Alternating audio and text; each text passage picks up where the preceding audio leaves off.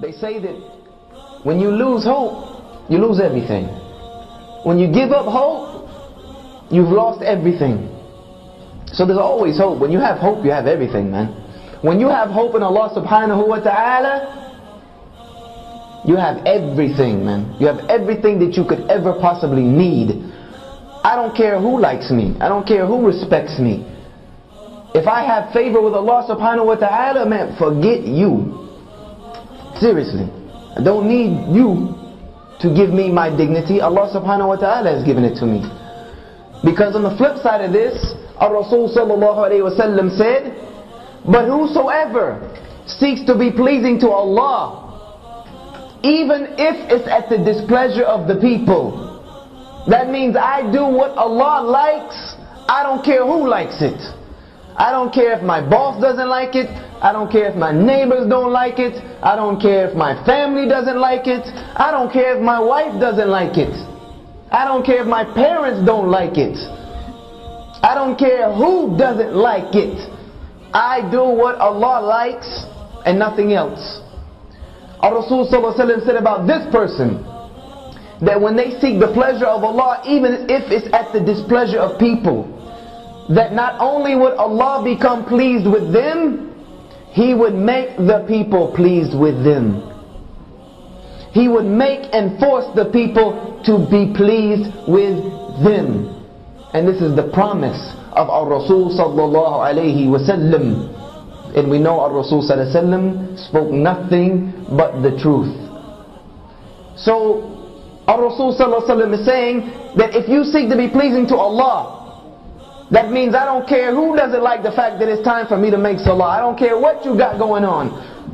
I don't care if it's time for whatever it is else that's going on. It's time for me to pray. I'm praying. Dropping everything and I'm making salah. I'm not waiting to the end of the day and I go home and make Dhuhr, Asr, Maghrib, Isha, Jama'ah. I don't know where fiqh book you read that. But this is a fool's way of making salah, man. Allah has said in the Quran that He has prescribed salah at fixed times. Not with the exception unless you're working. Unless you're going to school. I don't know if that tafsir or that explanation is out there, but inshallah I don't know everything. I don't care what my boss thinks. I don't care if I go to this job interview wearing this hijab. Yeah, maybe they don't hire me.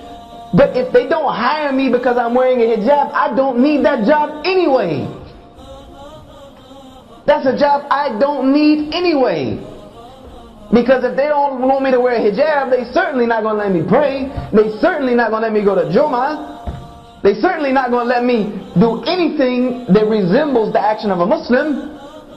So why would I even waste my time? That to me I would wear it everywhere, every job interview I went, just to see if this is a job I want to take or not. If you hire me with this, then maybe we might be able to work with something. Or you don't want to hire me because I have a lihya. Or I'm telling you that on Fridays I have to go to Jummah. They're like, oh wait a minute, Friday is Jummah. Come on man, this is the middle of the day, you can't just leave work. Be like, look here man, I'll work morning time, I'll work night time, I'll work overtime, I'll work weekend time, I'll work Christmas, Thanksgiving, New Year's, I'll work any other time, but Friday at noon is Allah's time. See ya. I'm out of here. No matter what you say. When we begin to think like this, Allah subhanahu wa ta'ala will begin to change your life, and He will begin to change our condition. And I'm not telling you this just from reading in some books. I'm telling you this because I have put it to the test over and over and over again. I wouldn't be here right now doing what I'm doing if I didn't put it to the test. I've done it, and I've seen over and over again how Allah subhanahu wa ta'ala never abandons His slave when His slave turns to Him. Never, ever, without a doubt. There was one point Just to give you a little personal experience, I don't like to put my personal stories in, but just to let you know, it works. And I've tried it many times. I had a job when I first moved to Florida. I was a new Muslim. Had left South Carolina and was trying to gain knowledge of my deen. And the only job I could take was a crazy construction job in Florida in the summertime. 90 degrees outside, man. 95 degrees with the humidity at like 87%. Outside dying, man. I'm not made for this type of stuff. And on Friday, but I was doing it because this was the only job I can find, and I know that Allah subhanahu wa ta'ala will take care of me.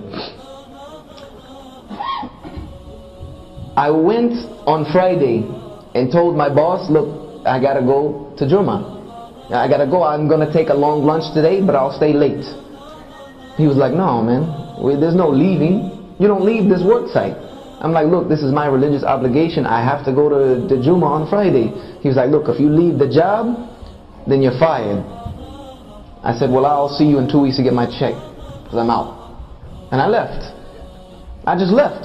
And I said to myself, Hasbunallah wa ni'mal wakeel. Allah is sufficient for me, man. I don't need, no. I'm not going to violate my deen because I think I need something from the dunya. So I left, went to Jummah, not knowing how I'm going to get another job.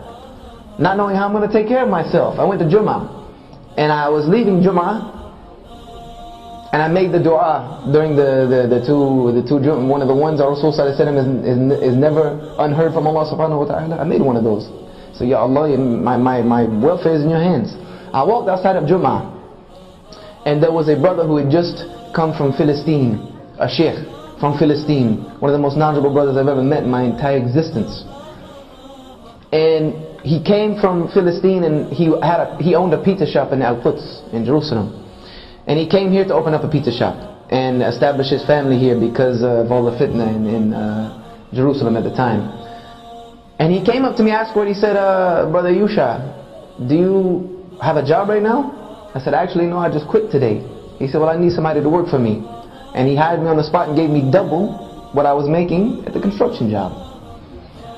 And this is just one instance of about 1,000 that I could give you of how when you put your trust in Allah subhanahu wa ta'ala, He never ever lets you down. Because if He let me down, I wouldn't be able to do what I'm doing right now. I abandoned 3 to 4 martial arts schools I had running full time in Florida. Doing well off, had more of the dunya than I knew what to do with. And left it, knowing that this is what Allah subhanahu wa ta'ala had for me to do. This was for me to do. I knew this was my calling. I needed to tell these people about Islam, that I'm in this country that I'm from. And Allah subhanahu wa ta'ala has never had me to worry about anything, ever. Alhamdulillahi Rabbil Alameen. When we begin to think like this, that we want to please Allah subhanahu wa ta'ala more than anything else, then Allah subhanahu wa ta'ala will look at us and begin to love us again. He'll begin to love us again. And when He begins to love us again, our Rasul Sallallahu Alaihi Wasallam said that the Muslim does good actions so much until Allah loves him. And then when Allah loves him, He will tell the angels nearest to him, I love so and so, so you love them. And those angels will communicate that down to all of creation until the entire creation begins to love this person. This was what our Rasul Sallallahu Alaihi Wasallam had. This is what the Sahaba had, and this is why the whole world was given to them. Because the creation loved them. Because even the non-Muslims, whose countries they conquered, loved them so much that when they decided to leave and try to hand the governorship back over to the people would beg them to stay and adopt the deen of their conquerors in mass, until the entire world was willingly under La ilaha illallah Muhammad Rasulullah. Because these Muslims put their priorities in place. Allah came first, everything else came second.